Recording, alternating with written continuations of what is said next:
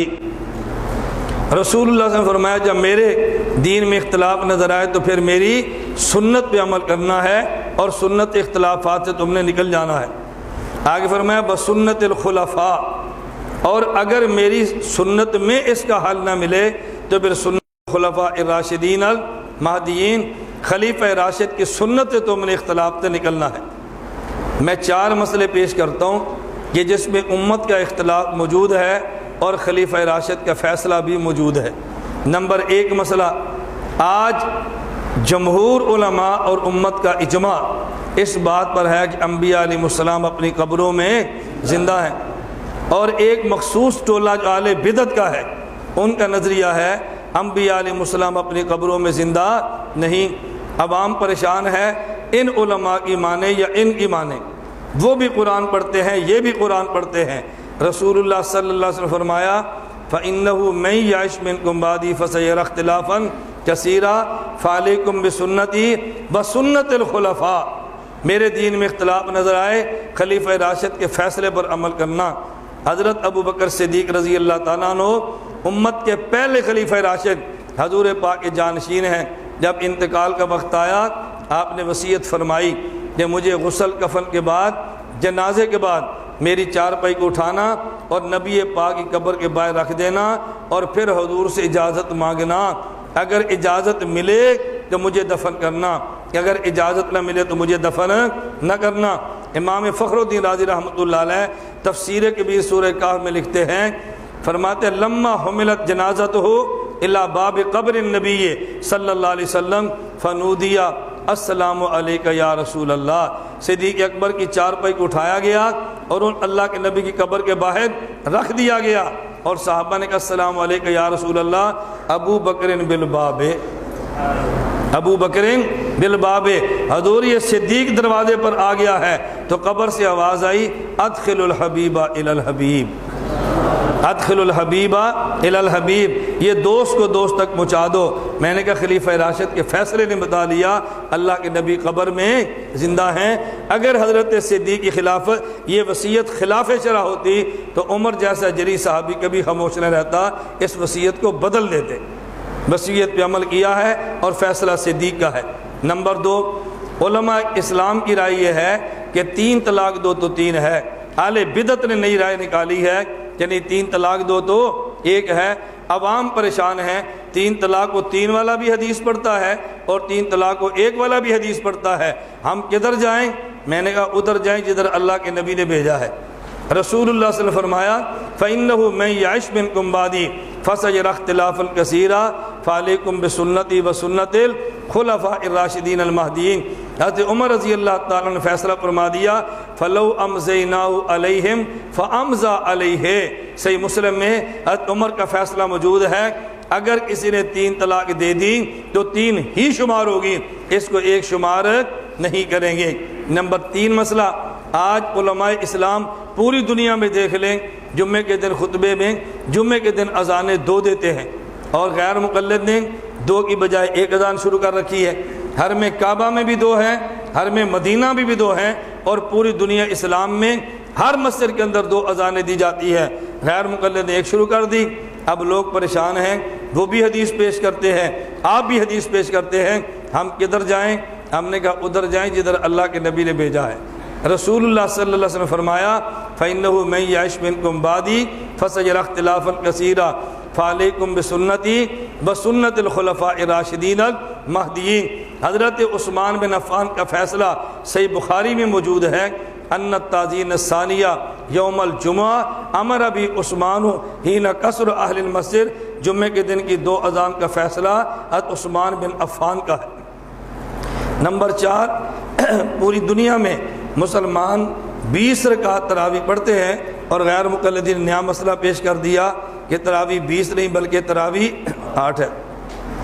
یہ تراویح کے عنوان پہ بات آئے گی، غیر مقلد دراصل تراویح کے قائل ہی نہیں، عوام کی جوتیوں سے بچنے کے لیے وہ تہجد کو تراویح کہہ دیتے ہیں، ورنہ در حقیقت وہ تراویح کے قائل ہی نہیں ہیں۔ اب عوام پریشان ہے کہ وہ بھی حدیثیں پیش کرتے ہیں آپ بھی پیش کرتے ہو، ہم کدھر جائیں؟ میں نے کہا ادھر جاؤ جدھر اللہ کے نبی صلی اللہ علیہ وسلم نے بھیجا ہے۔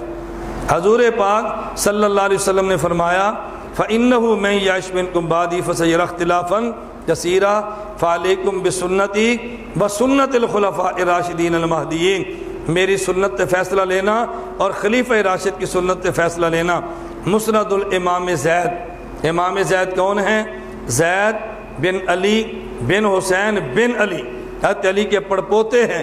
ان کی کتاب ہے مسند امام زید، اس میں علی رضی اللہ تعالیٰ عنہ کا فیصلہ موجود ہے کہ جو آدمی نماز پڑھاتا تھا، حضرت علی نے فرمایا کہ ان کو تراویح 20 پڑھانا، ہر 2 پر سلام پھیرنا، ہر 4 پر ترویہ کرنا۔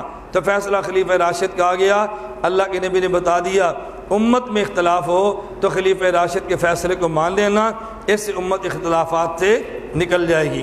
فعلیکم بسنتی وسنت الخلفاء الراشدین المہدیین۔ اس پر ایک چھوٹا سا سوال سمجھ لیں۔ غیر مقلد اس حدیث کے خلاف آپ کے سامنے کچھ اجتہادی مسائل پیش کریں گے کہ دیکھو حضرت عمر رضی اللہ تعالیٰ عنہ کا یہ اجتہادی فیصلہ تھا، اور ان کے مقابلے میں ان کے بیٹے عبداللہ بن عمر رضی اللہ عنہ کی رائے یہ تھی۔ تو جب ان کی بات ان کا سگا بیٹا نہیں مان رہا تو بتاؤ ہمارے ذمہ ان کی بات ماننا کیسے ضروری ہے؟ یہ بات اچھی طرح سمجھ لیں، یہ بڑا اہم اشکال ہے جو وہ پیش کرتے ہیں۔ اب میں مثالیں نہیں دے رہا، پھر وقت بہت زیادہ لگتا ہے، لیکن ذہن میں رکھ لیں، اس کا جواب سمجھیں۔ ہم کہتے ہیں رسول اللہ صلی اللہ علیہ وسلم نے فرمایا فعلیکم بسنتی وسنت الخلفاء الراشدین، یہ نہیں فرمایا فعلیکم بسنتی و اجتہاد الخلفاء الراشدین، یہ نہیں فرمایا ورائے الخلفاء، یہ نہیں فرمایا، بلکہ وسنت الخلفاء فرمایا۔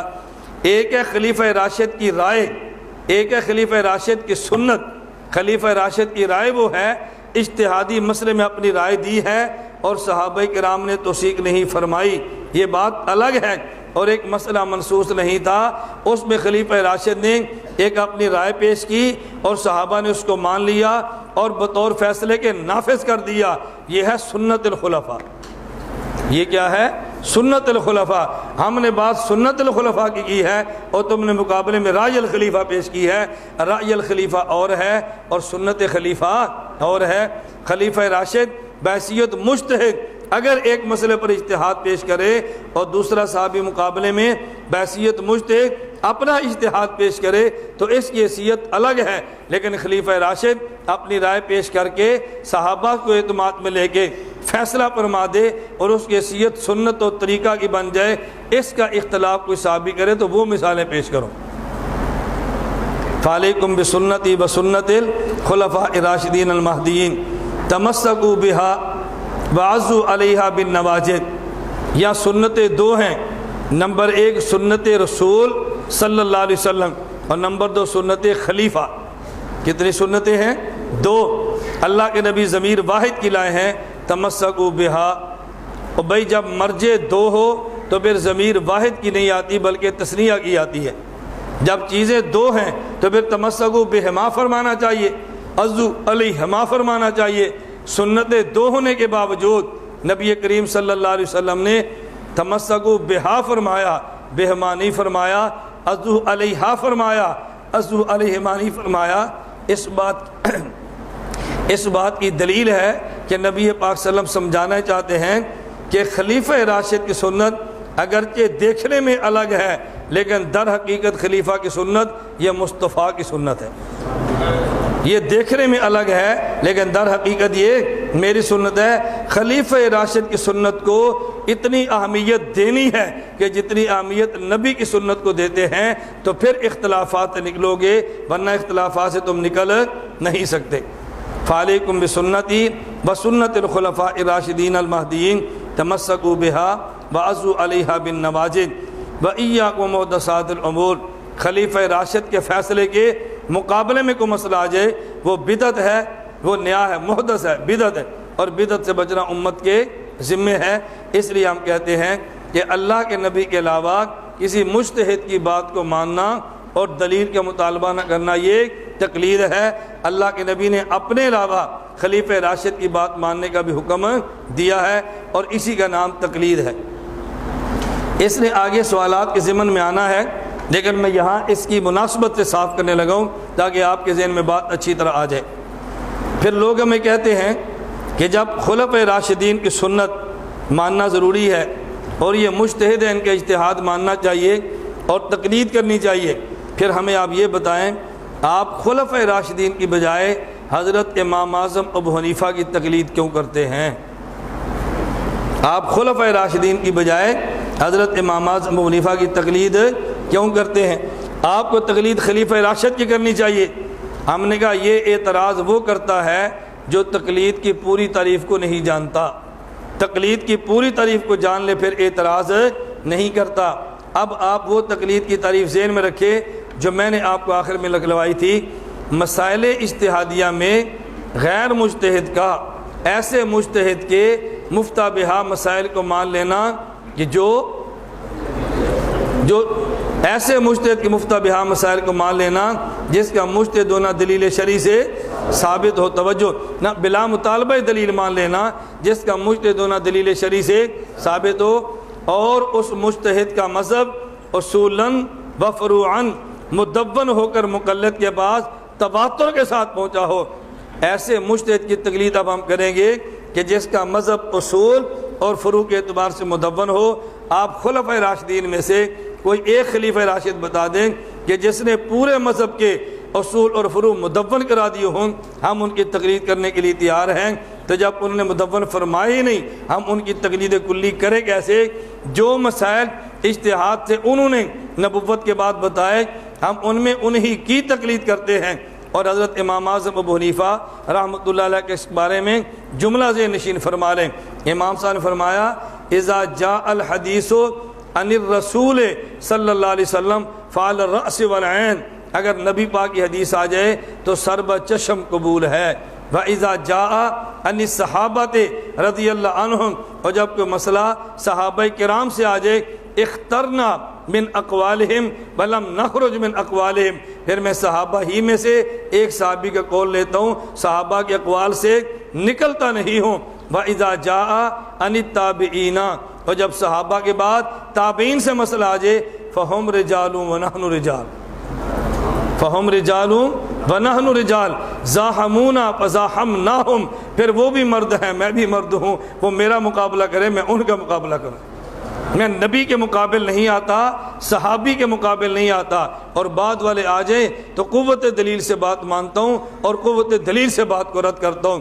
معلوم ہوا ہمارے امام کا موقف یہ ہے، ہم خلیفہ راشد کے مقابل امام کی بات نہیں مانتے، ہاں امام کی کلی تقلید اس لیے کرتے ہیں کہ امام اعظم ابو حنیفہ نے اپنے مذہب کے اصول بھی لکھوا دیے اور اپنے مذہب کے فروع اور مسائل بھی لکھوا دیے۔ تقلید کے لیے ضروری تھا کہ مجتہد کا مذہب مدون ہوتا، چونکہ خلیفہ راشد کا مذہب مدون نہیں ہے، اس لیے ہم نے اس مذہب کی، اس لیے ہم تقلید کلی بھی نہیں کرتے۔